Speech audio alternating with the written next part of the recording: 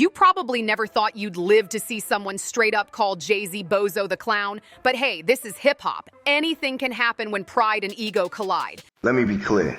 Jay-Z makes excellent music. I really liked a lot of his stuff, but this was not about his music, and it had nothing to do with jealousy or envy. This was about the man behind all that, Sean Carter, aka Bozo the Clown.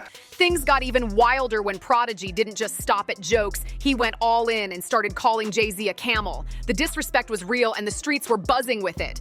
Now, this beef didn't just come out of nowhere. It all traces back to the chaos of the infamous East Coast versus West Coast era, one of the most explosive times in rap history. The crazy part, the whole tension between Jay-Z and Mobb Deep wasn't even meant to happen like that. It was all sparked by someone else's move, completely by accident. See, it all started when Snoop Dogg and Dogg Pound were out in New York shooting the video for their track, New York, New York. That song was the lead single from their debut album, Dog Food, and it came with heavy energy that East Coast rappers didn't take lightly. One small decision on that video shoot ended up shaking the entire hip-hop scene, and Jay-Z's name was about to get dragged into the storm. Even though New York, New York turned into one of the most controversial tracks of the era, it wasn't supposed to be that way at all. Jay put the white flag up, and his cop-out made me instantly realize that he wasn't no threat. He's just a big stuffed animal, a camel to be exact. The original idea was to pay homage to the city, a love letter to New York's raw energy and culture. The beat even had a vibe similar to one Biggie used in a St. Ides beer commercial, and that right there made people think it was a sneak diss aimed at Biggie himself. The timing couldn't have been worse. This was deep in the middle of the East Coast versus West Coast rivalry, so every move got twisted into something bigger. The video shoot went down in Red Hook, Brooklyn on December 16th, 1995, and it was supposed to showcase the beauty and hustle of New York City, but things flipped quick. When Biggie hopped on Hot 97 with Funkmaster Flex, he went off, saying it was crazy how the city was letting Snoop and Dogg Pound come through and shoot like they owned the place. Biggie allegedly dropped the exact location of the shoot live on the radio, and after that, it got messy. Not long after, their trailer got sprayed with bullets. After the shooting, Snoop and his crew switched up the whole concept of the video, turning it into something way more disrespectful. That infamous shot of Snoop kicking over New York skyscrapers? Yeah, that came from that switch up. The whole city felt played, and Mobb Deep wasn't having it one bit. They fired back on Capone and Noriega's track LA, LA, making it clear New York wasn't backing down from nobody. Fast forward to 1998, Jay-Z threw his own take on the situation in his song Money Cash Hoes, saying, "It's like New York's been soft ever since Snoop came through and crushed the buildings. That line hit nerves." Prodigy clapped back in an interview, calling Jay-Z a bitch boy and claiming Hov wasn't living the life he rapped about. The tension was heating up, and at that point, this wasn't just rap. It was pride, power, and reputation on the line. After all that drama, Prodigy sat down for an interview with The Source and even landed a solo cover on the magazine. A big move that showed he wasn't backing down for nobody. In that interview, he went off saying Jay-Z had no business talking about New York being soft when he stayed silent during the whole Dogg Pound situation. According to Prodigy, if Jay didn't speak up when the city was being disrespected, he had no right to speak on it now. That statement hit hard and added fuel to the tension brewing between the two. Everything finally exploded in 2001 during one of the most unforgettable moments in hip-hop history, the Summer Jam incident. That's where Jay-Z dropped his now iconic diss track, The Takeover, live for the first time, sending shockwaves through the entire crowd. Everyone today remembers The Takeover as Jay's ultimate response to Nas, but back then, Mobb Deep, especially Prodigy, caught some serious smoke too. Jay wasn't pulling any punches that night. In the middle of his performance, Jay threw up a picture of young Prodigy on the big screen, dressed like Michael Jackson from back when he danced at his grandmother's dance school. The crowd went wild. That was pure humiliation, especially because Jay made it look like a full-blown joke, clowning him in front of thousands. What most people forget is that Jay-Z didn't just slide in light jabs, he went hard at Prodigy on The Takeover. But because the track sparked the legendary Nas verses, Jay-Z beef, everyone overlooked how vicious those lines toward Mobb Deep really were. On the very first verse, Jay hit him with that cold line, "Your reach ain't long enough." letting Prodigy know exactly where he stood. That night, the rivalry reached a whole new level, and hip-hop would never be the same again. The Source put me on the cover, my first magazine cover as a solo artist. In the interview, the writer, Shaheem Reed, asked about my problem with Jay-Z, referencing an online interview in which they asked if I liked Jay-Z. No, he's a bitch boy. He talk it and don't live it, I said. I elaborated for the Source. Jay-Z has a quote in his song, Money Cash Hoes, where he claims, New York been soft ever since Snoop came through and crushed the buildings. I'm trying to restore the feelings. But Jay was nowhere to be found when that drama popped off between Mobb Deep, Dog Pound, Tupac, and Biggie. That was our little personal beef, not a coastal war. Jay-Z ain't had shit to say when it was on, and he was getting dissed. Him and Nas. Mobb Deep and Biggie were the only ones from New York active in that situation. So Jay-Z is a bitch-ass nigga for making that quote in his lyrics. Yeah, it was on now. D. This verse was a straight-up jab at Prodigy's height.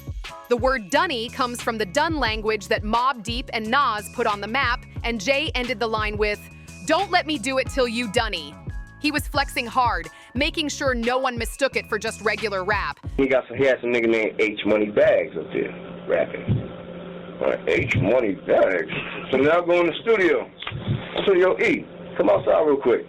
So E come outside. I'm like, let's do this shit. So E like, what he just said? H Money Bags? Man, who the fuck is that? Mm-hmm. I'm like, yo, son, I think it's biting your name, son. So we went inside the studio. We called out 97. Somebody picked up. I said, yo, it's Prodigy. Don't speak to Jay-Z. Yo, P, he just left, man. They just left. They just got in the elevator and I said, yo, go get him. He said, all right. They went outside to go get him. Jay-Z came back upstairs. Got on the phone. Yo, what's up, yo? I said, yo, man, somebody want to talk to you. Gave the phone to E. E like, yo, what up, nigga? Like, yo, who this? He said, E Money Bags, man. What up, nigga? Yeah, oh, what up, yo, what up? Yeah, yo, what up with this? Who the fuck is H Money Bags, son? Who this nigga you down there? Come on, nigga, you don't try to play me, son. You know, niggas think that's my name, son. That's my shit. That's what I'm running with, nigga. You got somebody with my name, nigga? And then Bags start arguing. So then Jay-Z said some shit to Bags like, nigga, I don't give a fuck. Whatever, nigga. Whatever. Bags like, whatever? Oh, nigga, so all right, you know what it is when I see you then, right? So then Jay-Z said, yeah, you know what it is. And Bags like, oh, word? All right, cool. Bang, hang up, right? This was a direct call-out. Jay throws shots. I don't care if you Mobb Deep. I hold triggers to cruise you. Little punk. I got money stacks bigger than yours. Back in '88 when I was moving weight, you was dancing like a ballerina. I got the pics. I seen you. But the beef didn't stop with Prodigy. Jay-Z also had issues with one of Prodigy's boys, E Money Bags. Jay was on Hot 97 rolling with his Rockefeller crew, Beanie Siegel, Memphis Bleak, Emilio Sparks, and another MC named H Money Bags. E Money Bags got heated that someone was using his name, especially since he and Jay went to the same high school. Prodigy even called the station to talk to Jay so E Money Bags could get his word in. Drama everywhere. After that whole situation went down, rumors started flying that Jay-Z got real cautious about stepping out in public. Unlike his lyrical back and forth with Nas, this beef with Prodigy and E Money Bags wasn't staying on wax. It was starting to feel personal and dangerously close to real street business. Things were heating up fast, and word was that Hobb didn't want to take any chances. When Mobb Deep finally fired back, they made sure everyone knew they weren't playing around. Their response landed on their fifth album, The Infamy, on the track Crawlin', where Prodigy unleashed some bold shots straight at Jay-Z.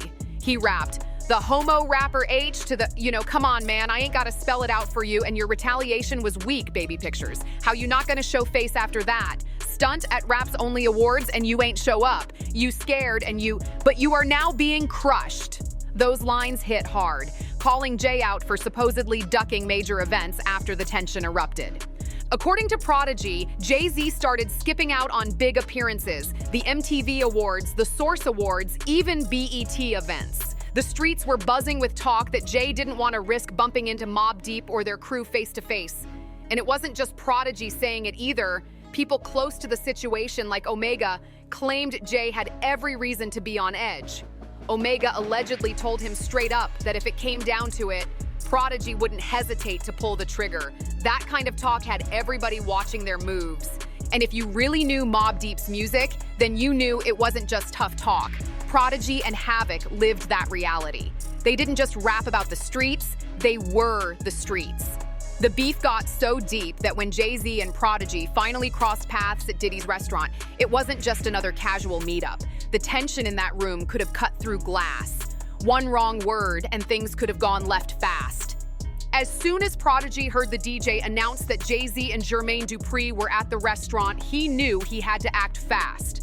P wasn't about to let this slide, so he and his crew immediately got into position outside, making sure they covered every exit so Jay couldn't slip past unnoticed. The tension was real, and everyone around could feel it. One of Prodigy's friends even suggested going all out and pulling a gun on Jay-Z. The situation could have blown up in seconds. But P decided to keep it measured. He wasn't looking for full-on violence, though he was ready to let his crew rough Jay up if needed.